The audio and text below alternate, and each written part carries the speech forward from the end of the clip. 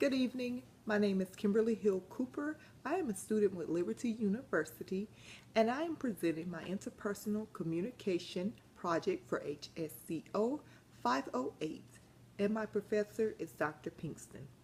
This evening, I will be talking with you about the skills I have learned throughout the course, my overarching goals, enlarging the conversation, my background and behavior blend, communication barriers and ways to overcome those barriers, my action plan to enlarge my conversation and make my overarching goal a reality.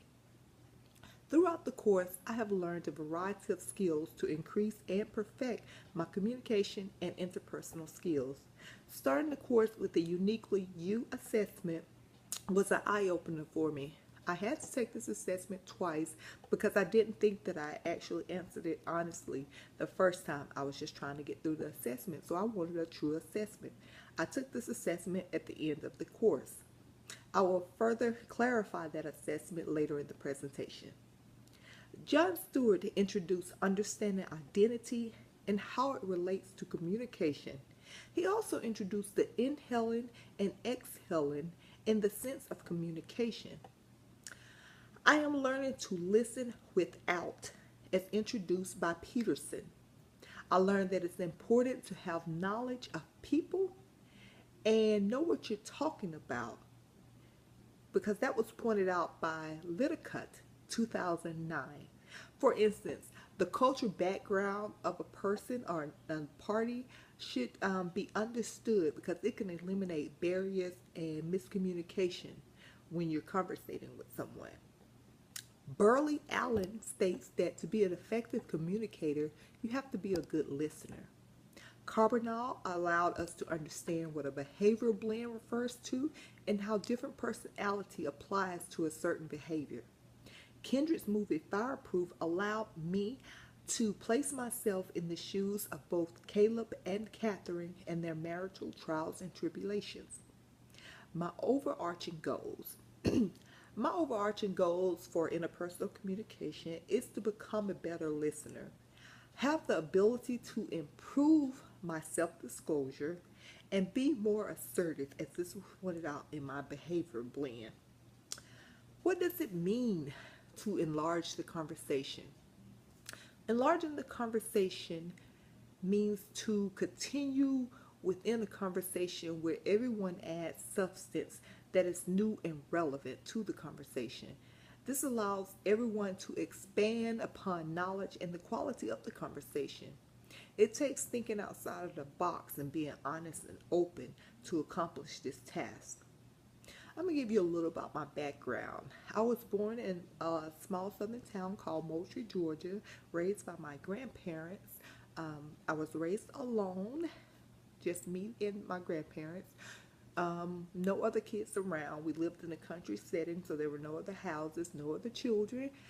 But I was a very active child. I always went outside and played sports by myself, jump rope. I had imaginary friends that were my students. But I do think that this childhood lifestyle led to my lonesomeness that I always experienced, even as an adult. As my adult years continued on, I still don't really socialize with a lot of people. I'm sort of shut-in type person.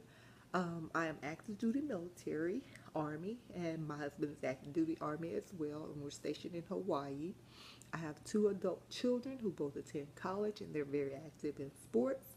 I attained my bachelor's degree from Mercer University a long time ago, majored in criminal justice, and now I'm currently working on my master's in human service counseling, focusing on military resiliency. Behavior blends. Behavior blends are personality patterns that we all possess. They describe how we act or how we think we should act and how someone else thinks we should act. There are 4 basic personality types that blend together to make up a unique individual, or the DISC personality models. DISC is the acronym. D is dominant, directive, and decisive. I is influencing and inspiring. S is submissive and sensitive. And C is critical, cautious, and competent. For myself, my behavior blend for what is expected of me was C. and my behavior blend for This Is Me is CIS. With the behavior blend of C and what is expected of me, some of the things that I found out from my report was that I tend to think that people expect me to be cautious and calculating. I think that I should be more confident than others, and I'm uncomfortable when someone places me in a situation where they're not being compliant and they're not following the books or rules. And it actually describes me right on target.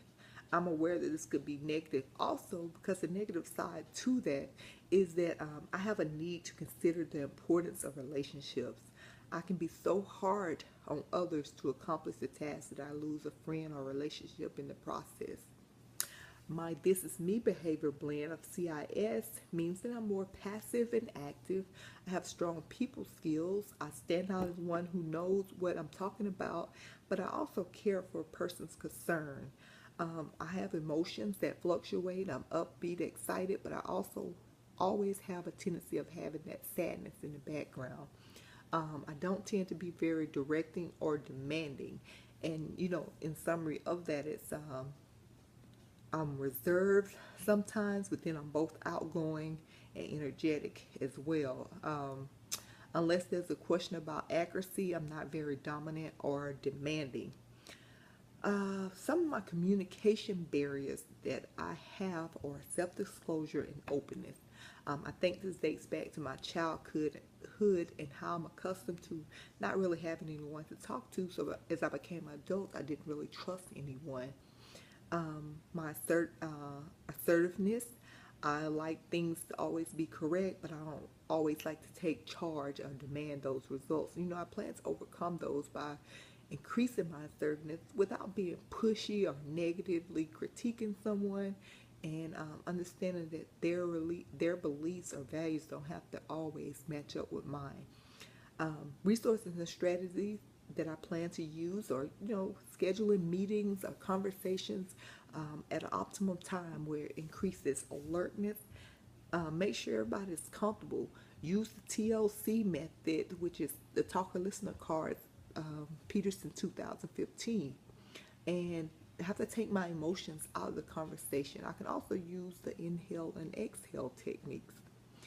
My action plan to enlarge my conversation includes listen with intent, paraphrase for clarity to make sure there's no misunderstanding, and focus on what that person is saying, not only what I'm ready to say back to them. Inhale and exhale when communicating, and understand and respect that that person's views is important to them. And I also got to manage the time better.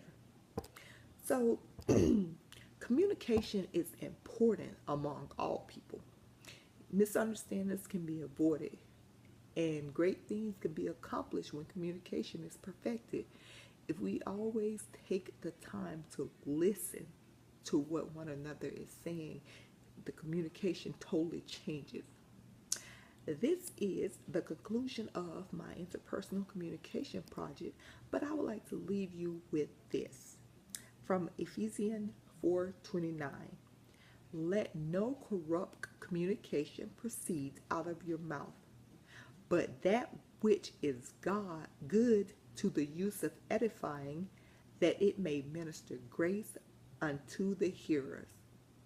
If we follow God's words, then our communication and relationships with others will continue to improve, and we will continue to be favored and blessed.